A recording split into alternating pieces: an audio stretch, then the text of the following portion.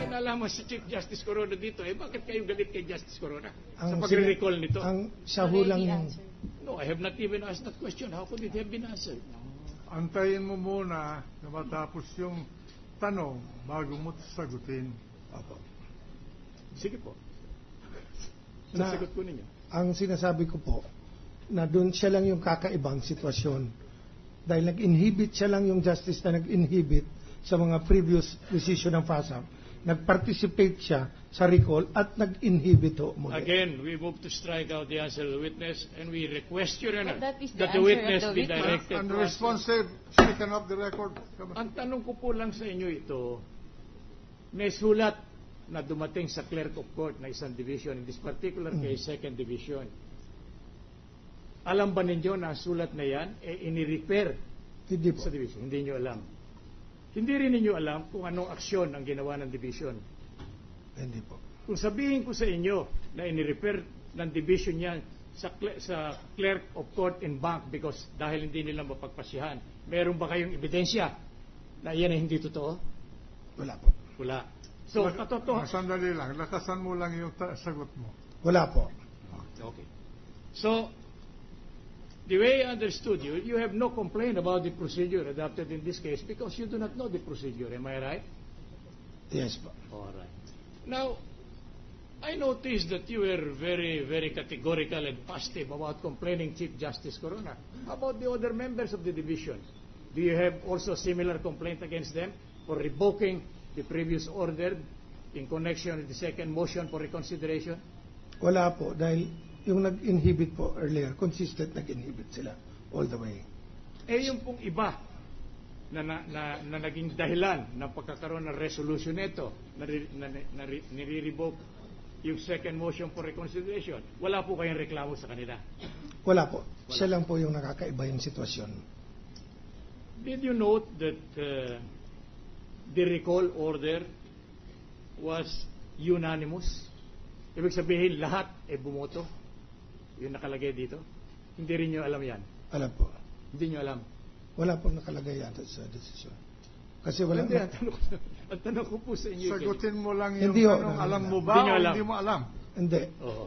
At kung sabihin ko sa inyo na ang lumagda sa resolution na ito, lahat ng miyembro ng husgado, maliban kay Chief Justice Corona, hindi rin ninyo kayang pabulaanan niya sapagkat hindi niyo alam ang prosedimento sa kagalang-galang na tataas-taas ang hukuman. Tama ho ba? Tama po. Tama po.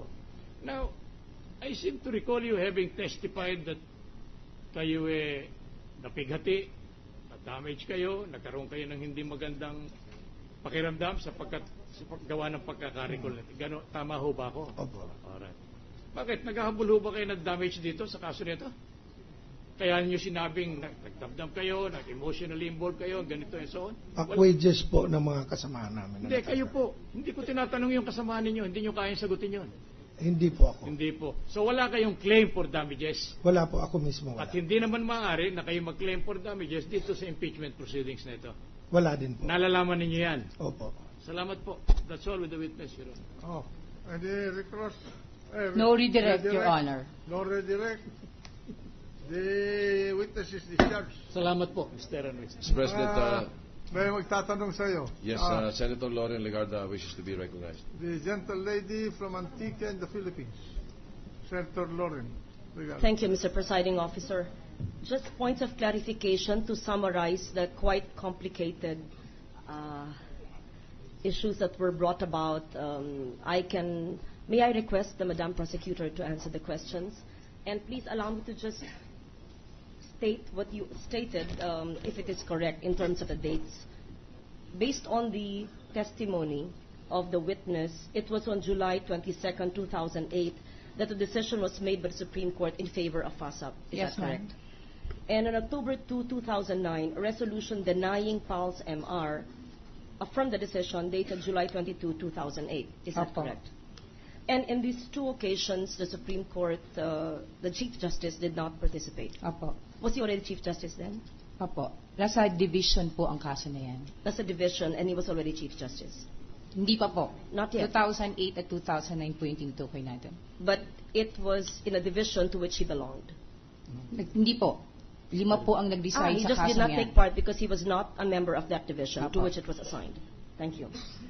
On September 7, 2011, there was a resolution denying Pal's second MR with finality. Is that correct? Yan po. And it affirmed, again, the July 22, 2008 decision to award the FASAP with whatever they were due. Is that correct? Apo. On October 4, 2011, there was a resolution recalling the resolution dated September 7, 2011, and opening the case again. Apo. And at this time, Chief Justice Corona was already Chief Justice. Apo.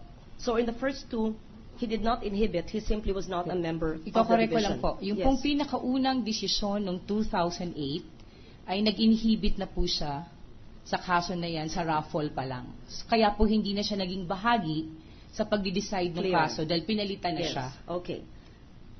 But on October 4, 2011, there was a resolution recalling, opening the case anew. Apo. He's already Chief Justice. Apo, ma'am. Pal filed a second motion for reconsideration.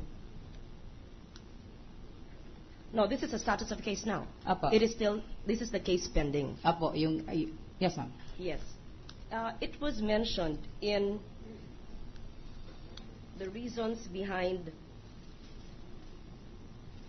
the testimony of Mr. Anduiza that he was supposed to testify on the status of this FASAP case, which he did, and the two decisions which I am asking you now. May this court be clarified on the circumstances concerning the recall of the decision and the alleged letters of Attorney Mendoza, because I do not have a copy of those letters. I do not know whether it has been made an exhibit, so that we will try to link the relevance of those alleged letters, whether they are directly addressed to the Chief Justice or merely letters as mentioned to the Clerk of Court, copy furnished the Chief Justice. And may I know the relevance of these letters to Section 3 of the Articles of Impeachment?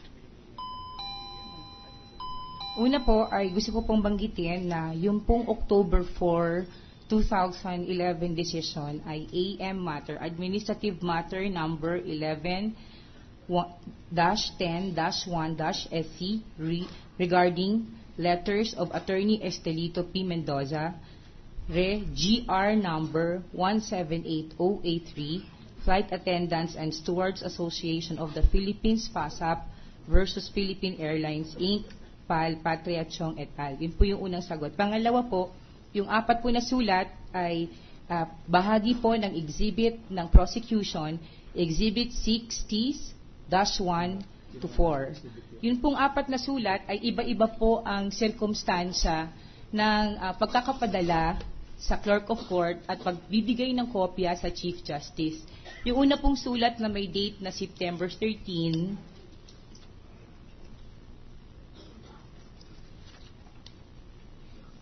ay address po sa Clerk of Court,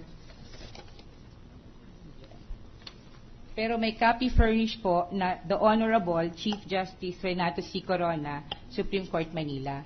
Yung pangalawa pong sulat ay may date na September 16, 2011. Ulit po, address po ito sa Clerk of Court at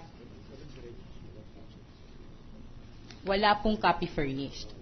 Yun pong pangatlong sulat ay September 20, 2011. Address po ulit sa Clerk of Court at meron pong copy furnished na Chief Justice Renato C. Corona. Yun pong pang-apat na sulat ay ipinadala po noong September 22, 2011. At ang copy furnished po ay ang mga sumusunod. Chief Justice Renato C. Corona, Honorable Arturo D. Breon, Honorable Jose P. Perez, Honorable Diosdado M. Peralta, Honorable Lucas P. Bersamin, Honorable Jose C. Mendoza, with copies of letters dated September 13, 16, and 2011. Ano po ang kaugnayan ng mga sulat na ito at yung desisyon ng October 4, 2011 na administrative matter sa Article 3? Yun pong Article 3 ay tungkol sa betrayal of public trust at culpable violation of the Constitution dahil po sa hindi pagsunod ng Chief Justice sa requirement ng Constitution na ang isang huwes ay member ng judiciary must be a person of competence, integrity, probity, and independence. Ang sinasabi po namin sa titulo